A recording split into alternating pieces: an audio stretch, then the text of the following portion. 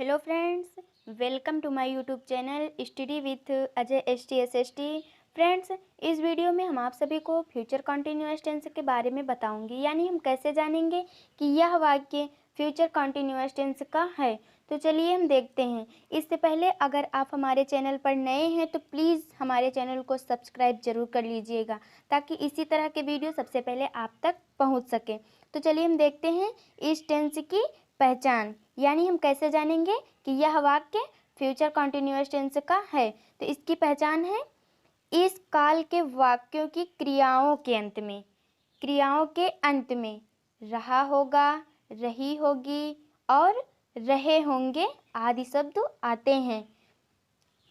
और इस टेंस की सहायक क्रिया शैल बी और विल बी है, यानी इस टेंस की दो सहायक क्रिया हैं, शैल बी और विल बी। तो अब देखिए कौन सहायक क्रिया किसके साथ में लगती है। आई और वी के साथ में शैल बी तथा अन्य सभी कर्ताओं के साथ में विल बी लिखते हैं, और वर्ब की एनजी फॉर्म का प्रयोग किया जाता है, यानी कॉन्टिन्यूअस टेंस में वर्ब की एनजी फॉर्म का प्रयोग किया जाता है। तो चलिए हम देखते हैं अफर्मेटिव सेंटेंस, यानी साधारण वाक्य। जैसे मैं कल दिल्ली जा रहा होऊंगा, मैं कल दिल्ली जा रहा होऊंगा। तो यहाँ पर देखिए मैं की अंग्रेजी हो गई आई। अब आई के साथ में शैल, यानी हमने अभी ऊपर बताया आई वी के साथ में शैल, तो यहाँ पर आई है तो हम लिखेंगे शैल बी, क्योंकि इस टेंस की सहायक क्रिया शैल बी और विल बी है, तो इसलिए यहाँ पर हम लिखेंगे शैल बी। अब गो मीन्स जाना होता है, पर एनजी फॉर्म का प्रयोग करना है तो हो गया गोइंग। कहाँ जा रहा है, यानी दिल्ली। कहीं को जाया जाता है तो टू लग जाता है, तो यहाँ पर हो गया टू दिल्ली। टुमारो, यानी फ्यूचर टेंस में कल की अंग्रेजी टुमारो होती है और पास्ट टेंस में कल की अंग्रेजी एस्टरडे होती है, ये ध्यान रखिएगा। तो यहाँ पर हो गया मैं कल दिल्ली जा रहा होऊंगा, तो हो गया I shall be going to Delhi tomorrow. अगला हमारा वाक्य है वे कोलकाता से आ रहे होंगे, वे कोलकाता से आ रहे होंगे। तो यहाँ पर हो गया वे की अंग्रेजी हो गई दे। अब दे यानी इसके साथ में विल भी लगेगा, क्योंकि आई वी के साथ में शैल भी तथा अन्य सभी कर्ताओं के साथ में विल भी, तो दे है तो यहाँ पर विल भी होगा। अब कम मीन्स आना होता है, पर एनजी फॉर्म तो हो गया कमिंग। कहाँ से आ रहा, कोलकाता से, फ्रॉम कोलकाता। वे कोलकाता से आ रहे होंगे, they will be coming from Kolkata. अब हमारा आता है निगेटिव सेंटेंस, यानी नकारात्मक वाक्य। इसमें देखिए क्या होता है, इसमें नहीं पाया जाता। जैसे हम सो नहीं रहे होंगे, देखिए बीच में नहीं आया है, तो ये हो गया हमारा निगेटिव सेंटेंस।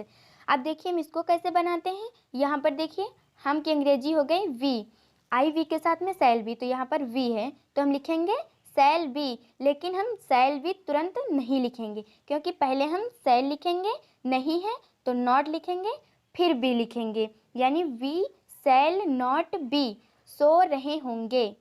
सोना का होता है स्लीप, स्लीप मीन सोना होता है, पर एनजी फॉर्म तो हो गया स्लीपिंग। हम सो नहीं रहे होंगे, we shall not be sleeping. हमारा अगला वाक्य है वह नहीं पढ़ रहा होगा। देखिए इसमें भी नहीं आया, तो ये हमारा निगेटिव सेंटेंस है। वह नहीं पढ़ रहा होगा, तो यहाँ पर वह की अंग्रेजी हो गई ही, क्योंकि पुल्लिंग है। अगर स्त्रीलिंग होता तो यहाँ पर होता सी, लेकिन पुल्लिंग है तो हो गया ही। अब अन्य सभी कर्ताओं के साथ में विल बी, ही हमारा अन्य कर्ता, मतलब कि आई वी के साथ में शैल तथा अन्य सभी कर्ताओं के साथ में विल, तो यहाँ पर ही है तो हम लिखेंगे विल नॉट बी, क्योंकि नहीं है। पहले हम विल लिखेंगे, बी हम बाद में लिखेंगे, यानी नॉट लिख करके बाद में लिखेंगे, तो हो गया he will not be. Read means पढ़ना, एनजी फॉर्म तो हो गया रीडिंग। वह नहीं पढ़ रहा होगा, he will not be reading. हमारा अगला सेंटेंस है यानी इंट्रोगेटिव फर्स्ट। देखिए इंट्रोगेटिव हमारे दो प्रकार के होते हैं, इंट्रोगेटिव फर्स्ट और इंट्रोगेटिव सेकंड।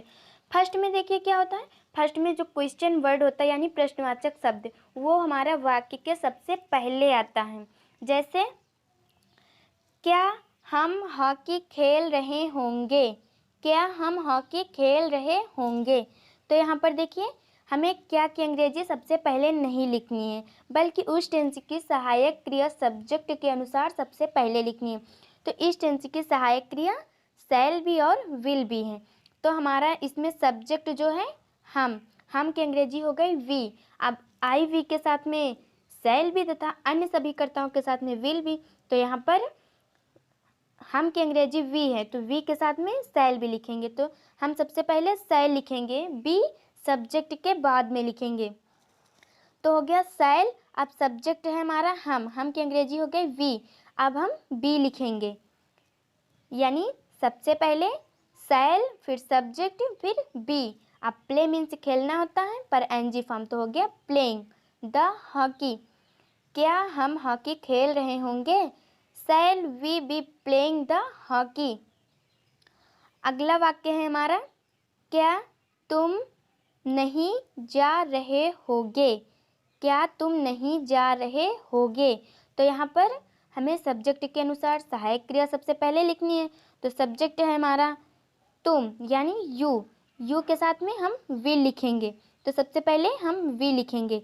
अब सब्जेक्ट यू नहीं है तो हम नॉट लगा देंगे, फिर हम बी लिखेंगे। अब गो मीन्स जाना होता, पर एनजी फॉर्म, तो हो गया गोइंग। क्या तुम नहीं जा रहे होंगे, will you not be going. अगला है हमारा इंट्रोगेटिव सेकंड। इंट्रोगेटिव सेकंड में देखिए क्या होता है, इसमें जो क्वेश्चन वर्ड यानी प्रश्नवाचक शब्द जो है ना, वो वाक्य के बीच में आता है। जैसे वह कहाँ पढ़ रहा होगा। तो देखिए यहाँ पर कहाँ जो है हमारा प्रश्नवाचक शब्द है जो वाक्य के बीच में आया है।